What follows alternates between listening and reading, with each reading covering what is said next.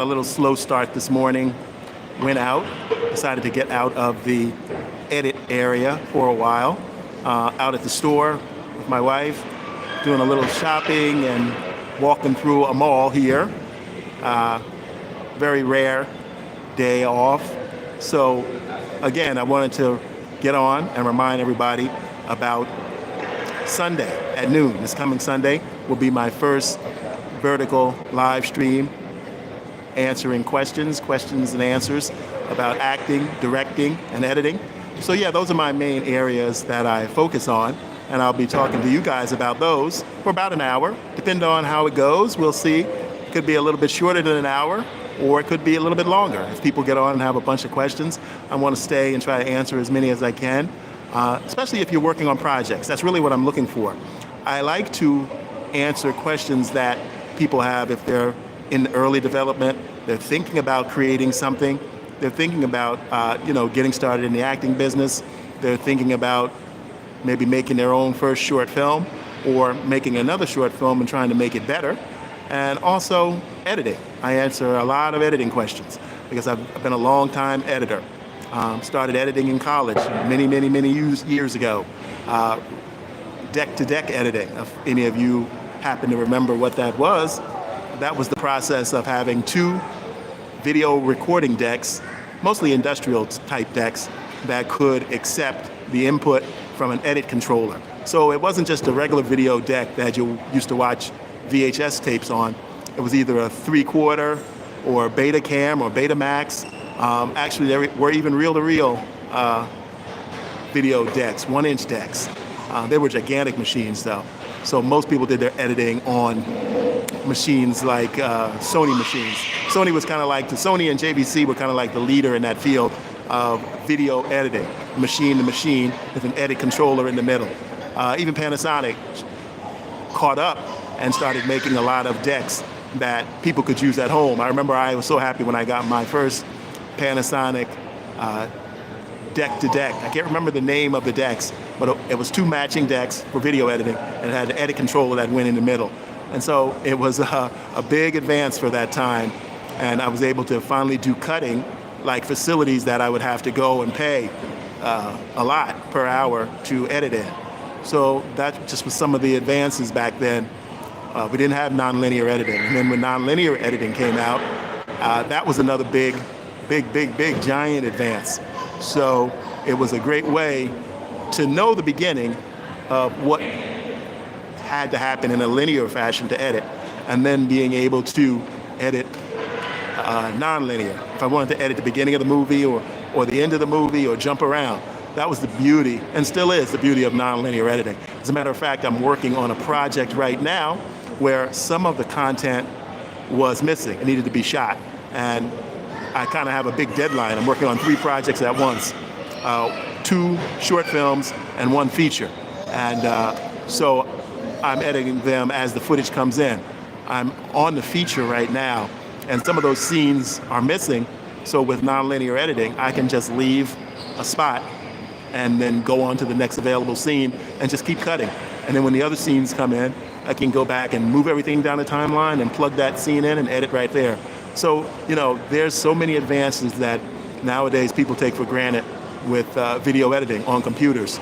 Another big thing used to be, in the old days of deck-to-deck editing, you would lose a generation every time you did an edit of your production. So you had to keep that in mind. A generation of quality would disappear because every time you made a copy of a tape, the quality would go down a little bit. And that was something that we always had to deal with. You had to deal with that.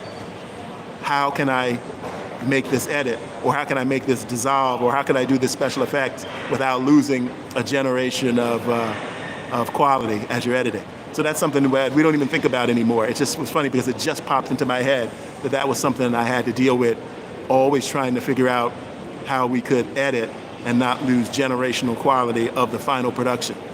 And then they came out with higher quality equipment that could hold more resolution, so that if you lost a generation as you're editing, it wouldn't be such a big deal.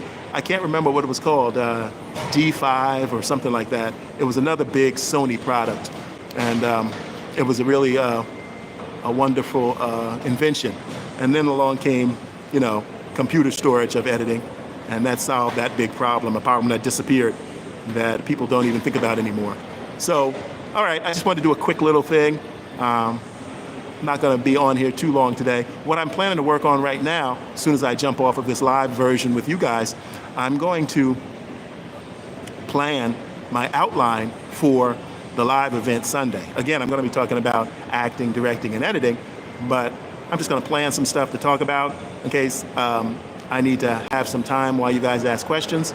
But I hope to get enough people to ask questions, and then I can answer your questions as I go down the list. I'm going to have I'm going to be streaming from my phone here, and I'm also going to have the YouTube Studio open on my laptop so I can see your comments better. I know I have some comments down here in the bottom, but I really can't see them. The glare on my phone is so bad. But how you guys doing? Thanks for stopping by. I do appreciate it. I wish I could read your names or what your comments are down here, but I really can't see it. I'm in a very, I don't know if you can tell, I'm in a mall, but I'm in a very high contrast area, and the glare on my screen is really bad. I can barely see my face. But I thank you all for stopping by. And again, Sunday at noon, California time, Pacific Standard Time, which is California time. I'll be on at noon, depending on where you guys are. You can do the time conversion based on where you are and stop on by, even if you just stay a few minutes. And if you have some time today, go to my channel, look at some of my playlists, look at some of the content in my playlists. I appreciate that. I'm starting to move up on those watch hours, and I know it's because you guys are going there and you're looking at my content and you're sharing it, and I do appreciate that. So with that, I'm going to close. And again, I apologize. I cannot see the comments. The glare is terrible on my phone.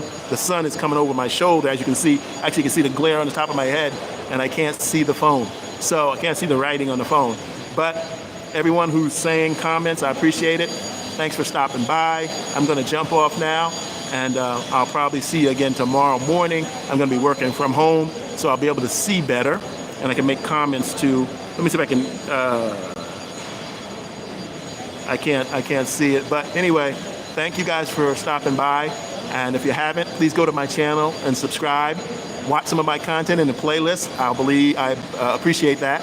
I do appreciate it. And continue to share my stuff. I'm surprised at how many people have been sharing my content, and I'm thankful for it. Thanks a lot, and I'll see you again tomorrow. All right.